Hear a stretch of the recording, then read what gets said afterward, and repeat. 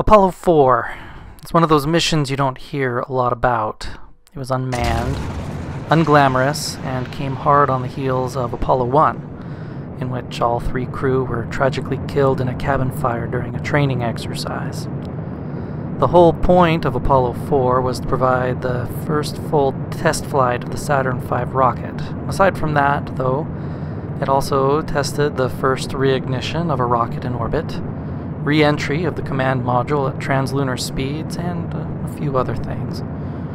My Saturn V and service module are not very similar to the ones that launched in November of '67, but that's not what I'm going for. I'm designing my own Apollo-like program, building what they might have built had their technology been advanced a few more decades.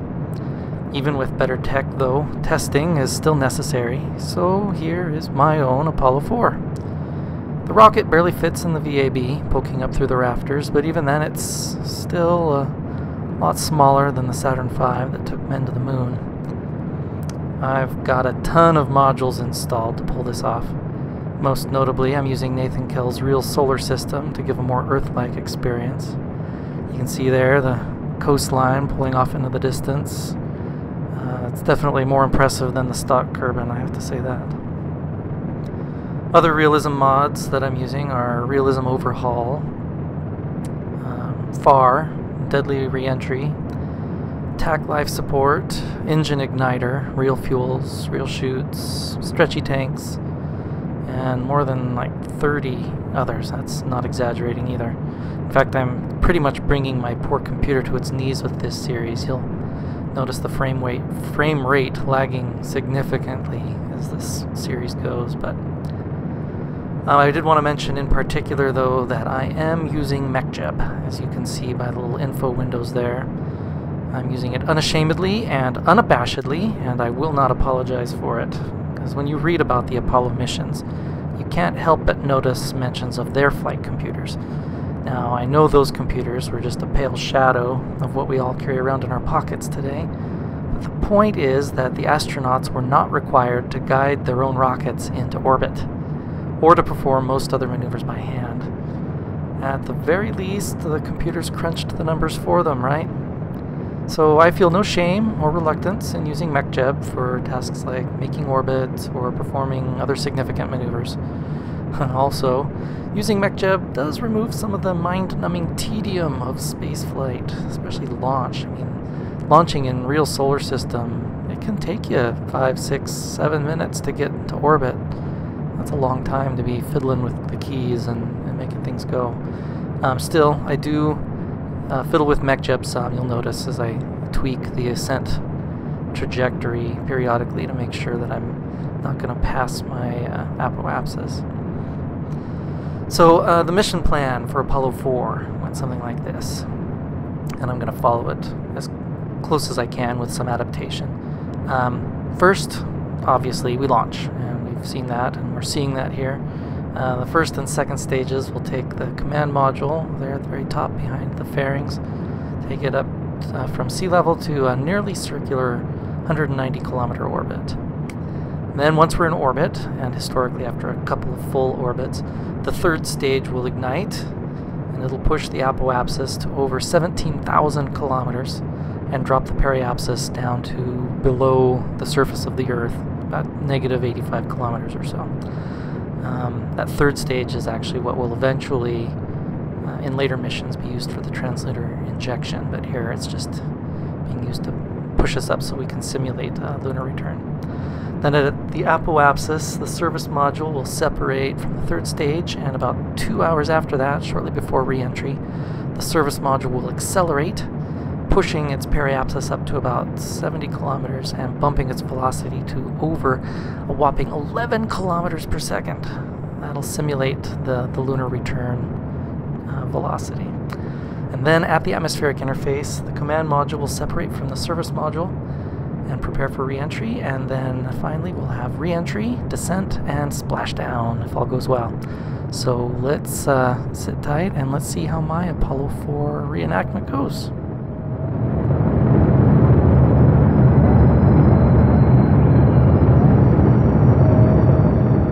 Now, if this were stock KSP, you can tell by the altitude there, we're at 77, 78 kilometers.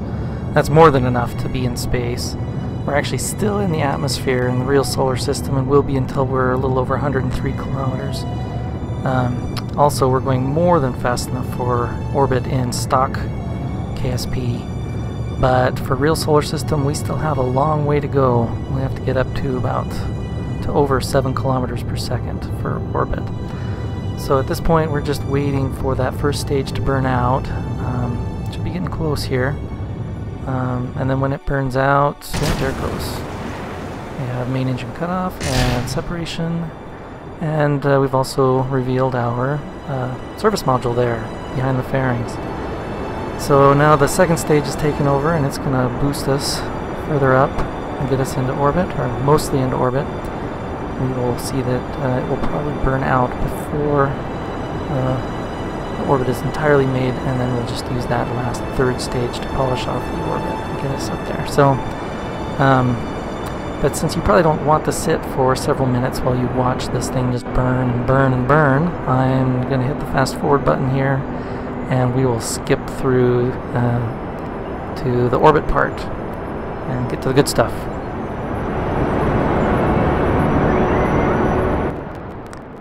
So, like I said, I'm using MechJeb, but one of the drawbacks of MechJeb, and maybe it's not a drawback, it's just one of the limitations, I guess, is that it does what you tell it to do, right? And so sometimes you got to do this little song and dance where adjust the trajectory so you don't let the apoapsis get too far behind you. It's okay to pass the apoapsis on your way up, but if you let it get too far behind you, MechJeb will suddenly decide you have to re-enter the atmosphere in order to reach your apoapsis to circularize, which isn't a good thing. So I usually wind up doing this little song and dance just before the end to make sure I stay close to the apoapsis and not let it get too far behind me. But it seems to work okay, and as you can see, we're almost there. I'm going to slow down here shortly. But it's just amazing how large the Earth is, and the real solar system mod really helps you see that. It's just mind-boggling.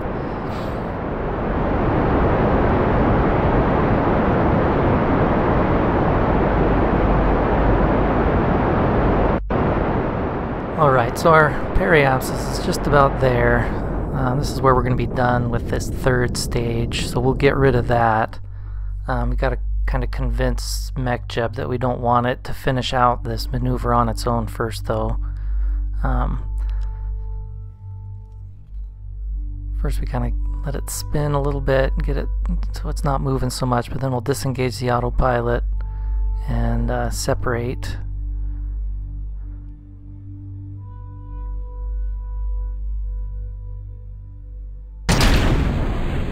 Have the separation of the second stage, excuse me. Now we're left just with our third stage, which, as I mentioned, is going to eventually be the translunar, or the stage that's going to give us our translunar injection.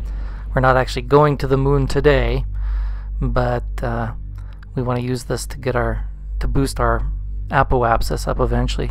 First, we're going to use it to round off our orbit, so we have an even 190. But we wanted to get rid of that second stage here so that it could re-enter instead of staying in orbit and winding up as debris.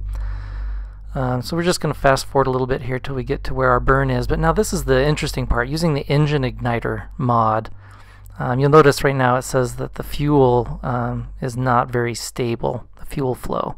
The engine igniter does that, so there's this idea called ullage. And what I'm going to do is I'm going to burn my thrusters here just to get the fuel settled. That's what ullage rockets will typically do. They'll settle the fuel so that it's all down and solid and available to use, so that when you do burn your rockets, they fire up. Now, if I hadn't done that, the rockets wouldn't have been able to fire. Without a stable fuel flow, the rockets wouldn't have been able to do anything, and you'd be stuck. And so firing your thrusters in the prograde direction is one way to settle it. If your thrusters aren't strong enough, you got to resort to other methods, and I'll show you one of those later here.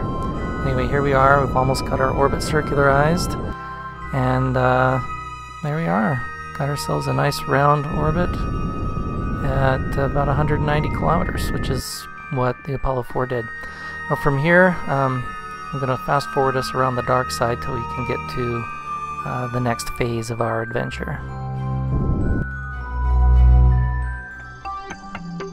Alright, here we are on the other side. I've got a maneuver node set up, and MechJeb is set to execute it. But just as we come out, after the warp, I'm going to kill that execution so that I can do the the settling maneuver, just by burning our thrusters, our attitude jets there. We're going to get the fuel settled. And once that's settled, then I'll tell MechJeb to go ahead and execute the node. Again, that's so that we have a stable fuel flow, because of how the engine igniter mod enforces that. So here we go, and boom, we're burning. Now, in the actual historical Apollo 4, the spacecraft made a couple orbits of the Earth while they checked out all the instruments and all the systems and made sure they were all go before they actually did the burn to push up the apoapsis. I didn't actually do that. I think I made one full orbit, maybe even not even a full orbit. But since there's really no instruments to test or any of that, it didn't make sense to just do a fake couple of orbits. Anyway, so here we are. We're just going to get the burn, and we'll push our apoapsis up, and then we get to watch. So again, this is going to take a little while. I'll go ahead and hit the fast forward, and we'll go from there. Alright, so our burn is done, and all that's left now is to coast to our apoapsis, but I didn't want to cheat you guys of this part. So even though we're doing a time warped view of this, these are the views I live for in KSP. It's just absolutely stunning. KSP seriously nails the feel and the music and everything about it. It's so wonderful. So anyway, enjoy this trip up to the apoapsis. Apoapsis will be about 17,000 kilometers, and it's a 2.5-hour trip, but we're making it significantly time accelerated, so it won't take that long. But you even get to see a sunrise at 11,000 kilometers. What would that be like in real life, huh? Anyway.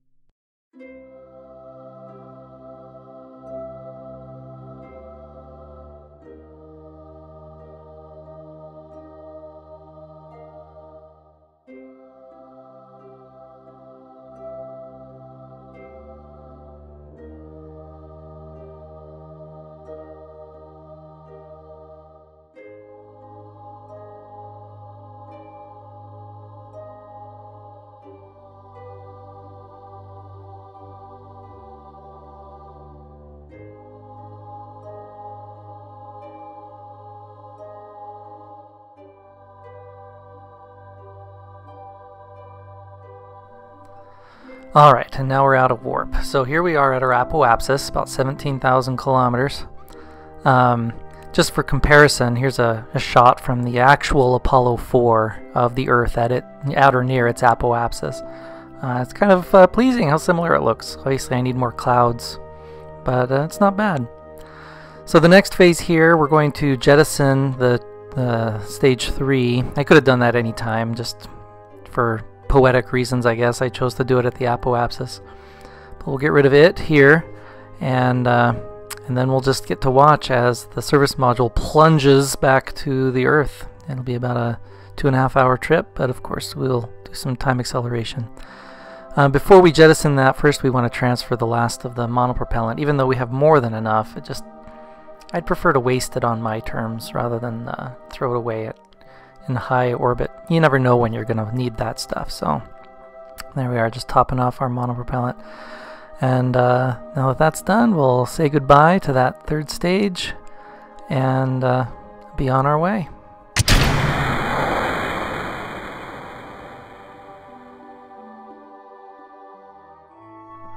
Before we begin our descent, I actually wanted to mention my choice in the service module here. Rather than use the 3-man pod from the stock KSP, I mean that weighs over 4 tons.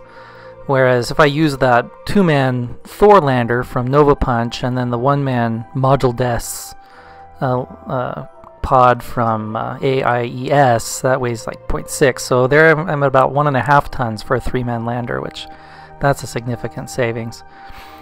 So anyway, that's why I chose that. It lets me pack a lot more into the payload. So here we are, falling rapidly back towards Kerbin. When we reach at about, let's see, what was it? Probably about 400 kilometers. That's where we're going to stop, and we're going to do our burn to accelerate. You recall the plan was to accelerate just before we hit the atmosphere, so that we hit the atmosphere going translunar speeds, so we can simulate a translunar return.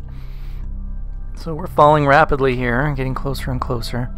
But now the problem is, as you'll see soon, that that engine is going to have some ullage issues, but our attitude jets aren't strong enough to make just burning prograde an option. It would work, but we'd have to burn prograde for a while. And as you can see, we're falling really fast, and time is of the essence. So instead, I'm going to take advantage of centrifugal force, that imaginary force. By just rotating the craft, it will settle the fuel, just as burning prograde would have. And it's a little faster that way if you've got a small craft. If you've got a big craft, that's kind of unwieldy to spin it like that. Even here, I'm trying now to regain control of the vessel. But we do have settled fuel, and once we're pointing prograde again, we can ignite the engines and get things going. This won't be a very long burn. We just need to bring our periapsis up to about 70 kilometers or so, and get our speed up to about 11 kilometers per second.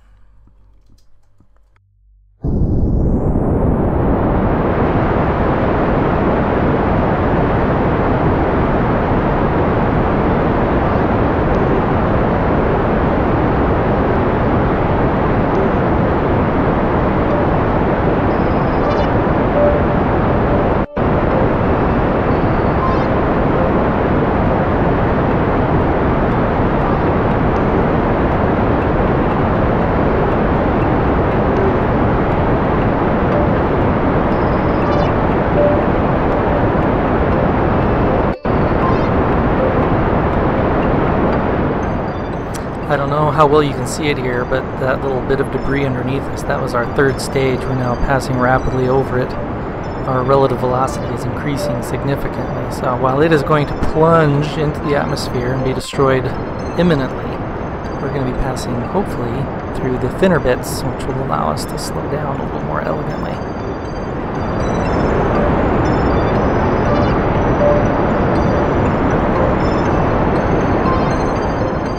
Alright, now our periapsis is approaching 70 kilometers, so I'm starting to do some dances here, because while our periapsis is about where we want it, our velocity isn't. So I'm trying to find the right vector to burn to increase our velocity without changing our periapsis too much.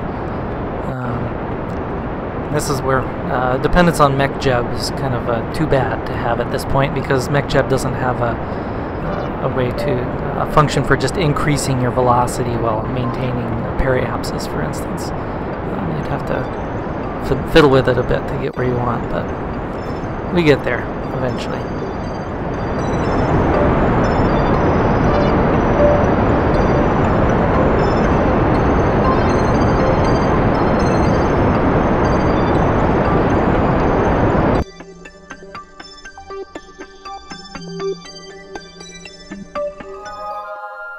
Alright, and here we are, almost to the atmospheric interface, and which means it's time to separate.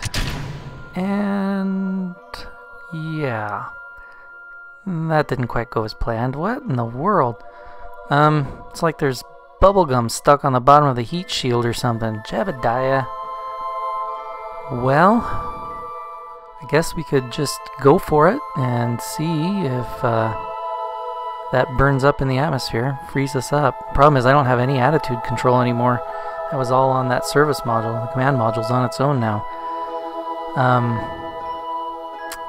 Let's try just time accelerating and see what happens when we hit the atmosphere. Or yeah, okay, that works. So okay, I don't know what happened there, but we're free now. I wonder if the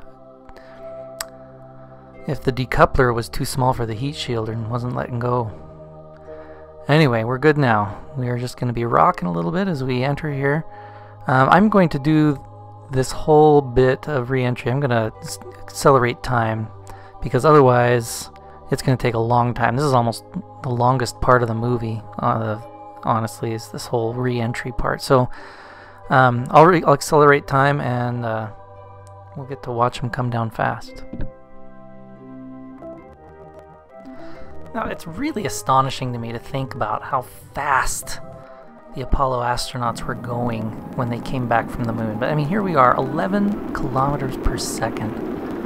And it takes some time to bleed off that speed. In fact, we get down the maximum G's at this part, I think. It gets almost to 5 G's. But then we reach our periapsis and we start coming back up. Still slowing down, but our apoapsis is still a good million meters up. So we kind of start to skip back up, and then we start coming back down again, and when we reach our apoapsis this time, our periapsis is well inside the planet, so we're definitely coming down. But things are going to heat up. So even though we're cooled off here and the G's are down, next up things are going to get hot again. We're going to come in really fast.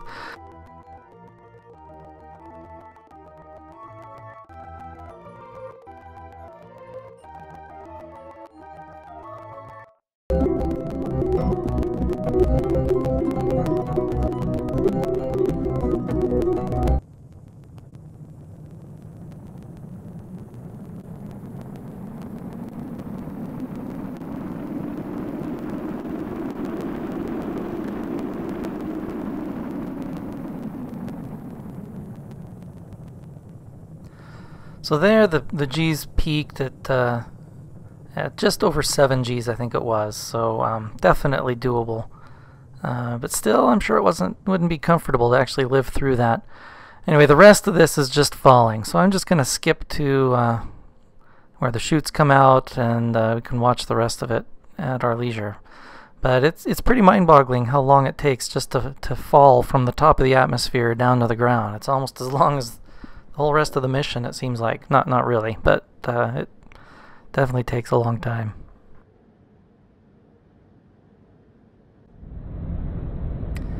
And here we are, just a little over 4 kilometers up, heading for a splashdown. The chutes will deploy at 3 kilometers. From what I've read, that's kind of how it was done. They typically had a drogue chute that came out higher up, but I've not done that. I haven't really needed it, honestly, the way, maybe it's just the aerodynamics of my vessels, or if it's the atmospheric simulations or what, but we do fine with just with the chutes we've got. So yeah, the chutes came out, and we will fall at a slightly lower pace now until we reach about 700 meters, which is when the real chutes mod starts to deploy the chutes. And from there, it'll be a leisurely drift down to the water. So let's just sit back. I'm going to fast forward things a bit.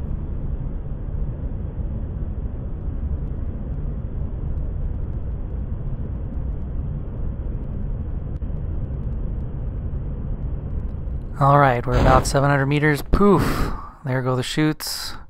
And we're slowing down nicely. We drop our heat shield since we don't need it anymore. We'll watch it splash down into the water with a nice big sploosh. And now we drift lazily down. We're going about 4.5 meters per second. The actual Apollo return module, as I read, they splashed down at closer to 10 meters per second. So we're doing pretty good here. Nice and comfortable. I think we could even afford to lose one of the chutes and still touch down safely. That's the kind of safety margin I like.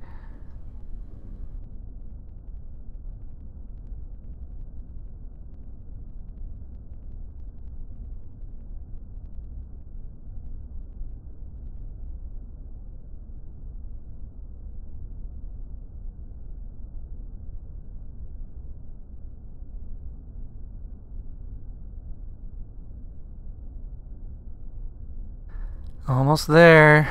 10, 7, 4, and splash down. A perfect demonstration of the return module's ability to come in at translunar speeds. I think it's going to hold up nicely. So next step will be to test the actual lunar descent module in orbit. That's what Apollo 5 is all about. So stay tuned. We'll have Apollo 5 up one of these days. Thanks for watching.